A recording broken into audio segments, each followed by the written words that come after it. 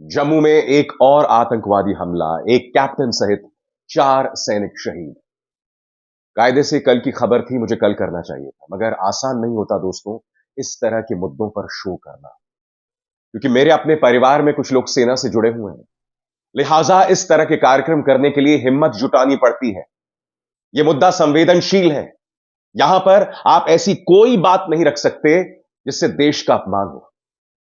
मगर सबसे पहले मैं आपको एक तस्वीर दिखाना चाहूंगा, क्योंकि इस तस्वीर के दिखाने से किसी का अपमान नहीं होगा।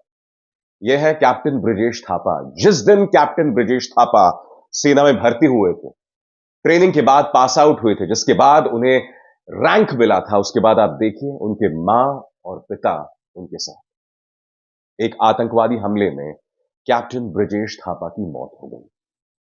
आंकड़े क्या कहते हैं पिछले कुछ सालों के, मैं आपको बतलाना चाहता हूं।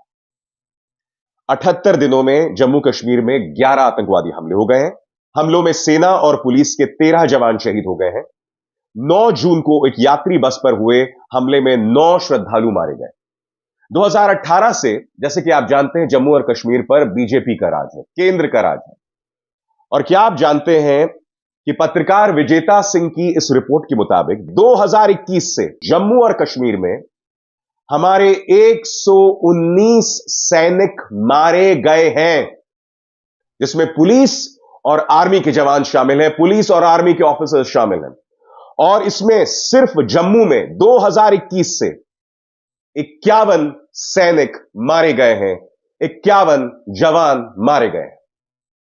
मैं आपसे एक सवाल पूछना चाहता हूं, इस आंकड़े की जवाबदेही किसकी? प्रधानमंत्री इस मुद्दे पर खामोश क्यों रहते, मैं समझ नहीं पाता हूं। कैप्टन ब्रिजेश थापा की मां का इंटरव्यू मैंने आज तक में देखा। उनकी मां यह कहती हैं कि मेरा बेटा मुझसे लगातार कहता था कि मां मुझे हलवा मत खिलाओ, मैं मोटा हो जाता हूं, अब मैं आर्मी में हूं, मैं मोटा नहीं होना चाहता। मां के चेहरे पर एक दबी हुई मुस्कान थी, वो याद कर रही थी उन दिनों की। मगर मैं आपसे सवाल पूछना चाहता हूं, अब क्या? उनका कैप्टन बेटा शहीद हो गया है। जिंदगी भर जितनी भी जिंदगी बची हुई है मां बाप की, उन्हें कैप्टन ब्रिजेश थापा की याद में गुजारने होंगे। मगर क्या सत्ता की कोई जवाबदेही है? क्या प्रधानमंत्री नरेंद्र मोदी इन आंकड़ों के बारे में कुछ कहेंगे? कल 5 शहादतें हुई हैं और जम्मू के अंदर। आज इस कार्यक्रम में मैं आपको बताऊंगा कि आखिर जम्मू में आतंकवादी वारदात क्यों बढ़ रही है, क्योंकि कश्मीर में इस वक्त शांति है। और ऊपर से आपके स्क्रीन पर यह है कश्मीर के डीजीपी आर स्वेन, इनका एक बयान आया है। उनका यह कहना है कि कश्मीर के अंदर जो राजनीतिक दल है ना, उनका पाकिस्तान के प्रति एक हमदर्दी है, जिस वजह से पाकिस्तान का प्रवेश कश्मीर की सिविल सोसाइटी में हो गया है। मेरे हिसाब से एक निहायती गैर जिम्मेदाराना बयान। मैं इसकी चर्चा बाद में करूंगा, क्योंकि आप जानते हैं कि यह भाजपा की आदत रही है अक्सर जिम्मेदारियों से बचना और दोष किसी और पर मढ़ देना। हम उसकी चर्चा करेंगे, मगर बहुत जरूरी हो जाता है कि इस मुद्दे पर क्या प्रतिक्रियाएं आ रही हैं। सबसे पहले आपके स्क्रीन पर राहुल गांधी कहते हैं, आज जम्मू कश्मीर में फिर से एक आतंकी मुठभेड़ में हमारे जवान शहीद हो गए। शहीदों को विनम्र श्रद्धांजलि अर्पित करते हुए शोक संतप्त परिजनों को गहरी संवेदनाएं व्यक्त करता हूं। एक के बाद एक ऐसी भयानक घटनाएं बेहद दुखद और चिंताजनक हैं। लगातार हो रहे आतंकी हमले जम्मू कश्मीर की जर्जर स्थिति बयां कर रहे हैं। भाजपा की गलत नीतियों का खामियाजा हमारे जवान और उनके परिवार भुगत रहे हैं। हर देशभक्त भारतीय की यह मांग है कि सरकार बार बार हो रही सुरक्षा चूकों की पूरी जवाबदेही लेकर देश और जवानों के गुनहगारों पर कड़ी से कड़ी कार्रवाई करे। दुख की इस घड़ी में पूरा देश आतंकवाद के खिलाफ एकजुटता से खड़ा है। मैं आपको याद दिलाना चाहूंगा दोस्तों, 2014 से पहले प्रधानमंत्री नरेंद्र मोदी जब दावेदार हुआ करते थे प्रधानमंत्री पद के लिए, तब इन्होंने कहा था कि दिक्कत दिल्ली में है, दिक्कत दिल्ली में, यहां की नीतियां खराब है, जिसकी वजह से आतंकवादी हमले होते हैं। अब तो 10 साल से आपकी सरकार है मोदी जी, अब आपका क्या कहना है? मैं आपको याद दिलाना चाहूंगा कि 2013 में इन्होंने जो बयान दिया था, सुनिए मोदी जी ने क्या कहा। बताइए मोदी जी, क्या कहना है इसके बारे में आपका? आपने तो कहा कि गलतियां दिल्ली में हो रही हैं, मगर हम एक ऐसे दौर में जी रहे हैं दोस्तों, जहां मीडिया मोदी जी से सवाल ही नहीं पूछता, उन्हें कटघरे में ही नहीं रखता। उनके डीजीपी क्या कह रहे हैं कुछ देर बाद, मगर मैं आपसे सवाल पूछना चाहता हूं, अब मोदी जी से सवाल क्यों नहीं? बताइए। ये जो बयान उन्होंने दिया है, क्यों हो रहे हैं ऐसे हमले? क्यों पुलवामा हो जाता है? क्यों इस तरह से जम्मू के अंदर हमारे 51 जवान शहीद हो गए पिछले 2-3 सालों में? 2018 से केंद्र का शासन है। मुझे बताइए, क्यों हालात सुधर नहीं रहे हैं और अब जम्मू में ऐसे हालात? इसकी वजह क्या है, मैं समझना चाहता हूं। दोस्तों, कांग्रेस समर्थक कर्नल रोहित चौधरी कुछ अहम सवाल उठा रहे हैं। वो कह रहे हैं कि एक जमाने में जम्मू के अंदर सिविल डिफेंस सोसाइटी हुआ करती थी और ये इंटेलिजेंस शेयरिंग में बहुत मदद करते थे। मोदी सरकार ने, या ये कहा जाए भाजपा ने, उसे खत्म कर दिया। मैं चाहूंगा कि आप कर्नल साहब को सुने, क्योंकि उनका अपना एक तजुर्बा है। हालांकि वो कांग्रेस के समर्थक हैं और उनका ये बयान कांग्रेस का बयान ही माना जाएगा, मगर ये जो बात रख रहे हैं इस पर गौर कीजिए। सुनिए क्या कह रहे हैं। जवाबदेही किसकी है? अकाउंटेबिलिटी फिक्स करनी पड़ेगी। सेंट्रल गवर्नमेंट की सबसे पहले अकाउंटेबिलिटी है, नेशनल सिक्योरिटी एडवाइजर की अकाउंटेबिलिटी है, हमारे मिनिस्ट्री ऑफ होम की, क्योंकि आज जो लेफ्टिनेंट गवर्नर है वो मिनिस्ट्री ऑफ होम के अंडर ऑपरेट करते हैं, तो उनकी डायरेक्ट जिम्मेदारी बनती है और लेफ्टिनेंट गवर्नर की डायरेक्ट जिम्मेदारी बनती है, क्योंकि एडमिनिस्ट्रेटिव, सिक्योरिटी, इंटेलिजेंस सारा कुछ उनकी डोमेन के अंदर आता है। और उसके बाद जो इंटेलिजेंस की जो एजेंसियां हैं वो किस तरह से कोऑर्डिनेटेड तौर पे काम नहीं कर पा रही हैं, लोकल इंटेलिजेंस नहीं दे पा रही हैं, सिविल डिफेंस के सिस्टम पूरी तरह से ख़त्म हो चुके हैं, चरमरा चुके हैं। जो 2001-2 में या 95-96 के बाद से जो भर्तियां हो रही थी, सिविल डिफेंस एम्प्लॉयमेंट किया जा रहा था, लोकल लोगों को हथियार देकर उनको सशक्त किया जा रहा था, अपनी सेफ्टी सिक्योरिटी के लिए इस्तेमाल किया जा रहा था। मुझे ध्यान आता है एक ये ताहिर हुसैन 2004 के अंदर था। ये आज जो है ये लोग तकलीफ में है, ये कहते हैं कि उस समय हमने किस तरह से काम किया था। आज जो हालात दोबारा से पैदा हो रहे हैं उनको हैंडल करने के लिए फिर दोबारा से हमें सिविल डिफेंस कमेटीज़ को और सिविल डिफेंस स्ट्रक्चर को मजबूत करना पड़ेगा। तो ये बहुत सारी चीज़ें हैं जो सवाल हैं, तो सवालों का जवाब देना पड़ेगा हमें। कब तक हम अपने इन सैनिकों के ताबूतों को यहां पर रिसीव करते रहेंगे? बताइए, इन सवालों का जवाब क्यों ना दिया जाए? क्यों ना दिया जाए? और मेरा आपसे भी सवाल, आप जो इस कार्यक्रम को देख रहे हैं, मैं दावे के साथ कह सकता हूं आप में से अधिकतर लोग इस शो को नहीं देखेंगे। क्यों? क्योंकि कभी कभी मुझे ऐसा लगता है कि सैनिकों की जो शहादत का मुद्दा होता है ना, हमारे दर्शकों का उससे कुछ बहुत लेना देना नहीं है, क्योंकि उन्हें लगता है कि हमसे कोसों दूर जो है ये शहादतें हो रही हैं, इनसे हमें क्या मतलब। हां, अगर हमारे आसपास कुछ मौतें होती हैं तब हम अपनी कुंभकर्णी नींद से जागते हैं। मगर मैं आपसे सवाल पूछना चाहता हूं, कैप्टन ब्रजेश थापा, आपको अंदाज है ना कि किस नर्क से उनके परिवार को गुजरना पड़ेगा? आपको परवाह है उनके मां की, पिता की? ये सवाल पूछे जाएंगे ना। आखिर इस मुद्दे पर आपका ध्यान क्यों नहीं जाता? क्यों आप इस मुद्दे पर सवाल करने को राजी नहीं हैं?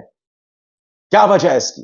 प्रियंका गांधी वाड्रा ने भी कुछ कठिन सवाल किए हैं जो आपकी स्क्रीन पर है। वो पूछती हैं, जम्मू कश्मीर में 4 जवानों की शहादत पर पूरा देश दुखी है और एकजुटता से आतंकवाद के खिलाफ खड़ा है, लेकिन लगातार बढ़ते आतंकवादी हमले गंभीर सवाल खड़े करते हैं। क्या देश के राजनीतिक नेतृत्व की भूमिका सिर्फ इतनी होनी चाहिए कि हर शहादत पर दुख जताकर मौन हो जाए? पिछले 78 दिनों में जम्मू कश्मीर में 11 आतंकवादी हमले हो चुके हैं। इन हमलों में सेना और पुलिस के 13 जवान शहीद हुए। 9 जून को एक यात्री बस पर हुए हमले में 9 श्रद्धालु मारे गए। ये हमले और हमारे सैनिकों की शहादतें रोकने के लिए सरकार कूटनीतिक रणनीतिक मोर्चे पर क्या उपाय कर रही है? प्रियंका गांधी पूछ रही हैं कि सरकार ने कहा था कि भाई नोटबंदी हो गई है, इसके बाद खत्म हो जाएगा आतंकवाद, धारा 370 हटा दी गई है, खत्म हो जाएगा आतंकवाद, सर्जिकल स्ट्राइक कर दी गई है, खत्म हो जाएगा आतंकवाद। मगर एक के बाद एक हो रहा है ना कुछ। इनसे मिलिए दोस्तों, आपके स्क्रीन पर ये है जम्मू कश्मीर के डीजीपी आर स्वेन। उन्होंने एक बहुत बड़ा बयान दिया है। इस बयान में वो कहते हैं कि जम्मू कश्मीर के अंदर, खासतौर से कश्मीर के अंदर, जो राजनीतिक दल हैं, मुख्यधारा के या पृथकतावादी, वो पाकिस्तान परस्त हैं और पाकिस्तान परस्त होने की वजह से कश्मीर की सिविल सोसाइटी में पाकिस्तान का प्रवेश हो गया है। यानी कि स्वेन साहब के मुताबिक उमर अब्दुल्ला देशद्रोही, पीडीपी की महबूबा मुफ्ती जिसके साथ भाजपा ने 3 साल सरकार चलाई, वो भी देशद्रोही, जितने भी नेता हैं कश्मीर के, सब पाकिस्तान परस्त हैं। अंग्रेजी में उन्होंने आई एम जम्मू में बयान दिया था, Pakistan successfully came to infiltrate all important aspects of our civil society thanks to regional so-called mainstream politics in the valley. There is ample evidence to show that many had owned the art of running with the hare and hunting with the hounds, which left both the common man and the security men bewildered, frightened and confused. Visiting homes of killed terrorists and expressing sympathy in public became the normal. ये बयान आया है स्वेन साहब का। मैं स्वेन साहब से सवाल पूछना चाहता हूं कि अगर आपको लगता है कि कश्मीर का जो राजनीतिक खेमा है वो पाकिस्तान परस्त है, तो आप क्या कर रहे हैं बताइए ना। सुरक्षा की जिम्मेदारी तो आपकी है ना। कौन है ऐसे पाकिस्तानी परस्त? इसका मतलब अब आप उमर अब्दुल्ला को भी ढकेल देना चाहते हैं उन पृथकतावादी नेताओं के साथ, उन्हीं में उन्हें कैटेगराइज कर देना चाहते हैं। मगर जब आपकी जिम्मेदारी की बात आती है कि भाई आप सुरक्षा क्यों नहीं दे रहे हैं, तब आपकी जिम्मेदारी कहां गई, मैं आपसे पूछना चाहता हूं। दोस्तों, मैं करीब एक हफ्ता कश्मीर में था। मैं गुलमर्ग गया, मैं पहलगाम गया, मैं श्रीनगर में था। मैंने एक चीज को महसूस किया, कश्मीर सामान्यता की ओर बढ़ने की कोशिश कर रहा है। वहां के लोग आतंकवाद से परेशान हैं, वो जीना चाहते हैं, उन्हें जरूरत है हमारे सहयोग की। वो कहते हैं कि अगर कश्मीर भारत का अभिन्न अंग है तो हम भी आपके अभिन्न अंग हैं। इसलिए बहुत जरूरी हो जाता है कि कश्मीर में हालात नॉर्मलाइज हों, इसकी कोशिश बीजेपी और उससे जुड़ी सरकार करे। आर स्वेन के इस बयान से कोई मदद नहीं मिलेगी, उससे कश्मीरी और कश्मीरी जनता और अलग थलग हो जाएगी। कश्मीर को बदनाम करना बंद करें, उन्हें हम अपना माने। सिर्फ वो जमीन हमारा अभिन्न अंग नहीं है, वहां के लोग भी हमारा अभिन्न अंग, हमारे अपने हैं। उनका अपमान करके हम ये उम्मीद नहीं कर सकते कि कश्मीर में हालात सामान्य हैं। ये सवाल बहुत जरूरी है और इससे आप नहीं बच सकते। क्यों? बात सही कही कि नहीं? इस मंच पर कश्मीर की आवाज मैं लगातार उठाता रहूंगा, बहुत जरूरी है। जैसे मैंने कहा दोस्तों, एक हफ्ते के लिए मैं वहां था। वहां के लोगों की मासूमियत, उनके भाईचारे, उनकी मेहमान नवाजी ने मेरे दिल को छुआ। इससे पहले मैं जब भी कश्मीर गया दोस्तों, मैं बतौर पत्रकार गया, मगर इस बार मैं एक पर्यटक की तरह गया। क्यों जानते हैं? क्योंकि मेरी मां ने कहा था कि बेटा एक बार मुझे कश्मीर घुमा दे। मैं अपनी मां को ले गया और मैं आपको बता नहीं सकता दिल में कितनी गर्माहट लेके मेरी मां वापस आई है, मेरे पापा वापस आए, मेरी मौसी वापस आई है। मैं आपको बतला नहीं सकता। खासतौर से मैं शुक्रिया अदा करना चाहूंगा कश्मीर वासियों का। आपने कितना प्यार मेरे परिवार को दिया है। मैं उम्मीद करता हूं ऐसा ही प्यार हमारे जो देश के लोग हैं वो आम कश्मीरी को ही देंगे। ये जो संबंध है पेचीदा है, सेंसिटिव है, और अगर हम अनर्गल बयान देंगे, अगर हम कश्मीर का इस्तेमाल उत्तर प्रदेश और मध्य प्रदेश में सियासत के लिए, राजनीति के लिए करेंगे, तो कश्मीर में हालात सुधर नहीं सकते। जम्मू कश्मीर में हालात बद से बदतर ही होंगे। मेरी इस बात को मैं उम्मीद करूंगा आप समझेंगे। अभिसार शर्मा को दीजिए इजाजत। नमस्कार। स्वतंत्र और आजाद पत्रकारिता का समर्थन कीजिए, सच में मेरा साथी बनिए। बहुत आसान है दोस्तों, इस ज्वाइन बटन को दबाइए और आपके सामने आएंगे ये 3 विकल्प, इनमें से एक चुनिए और सच के इस सफर में मेरा साथी बनिए।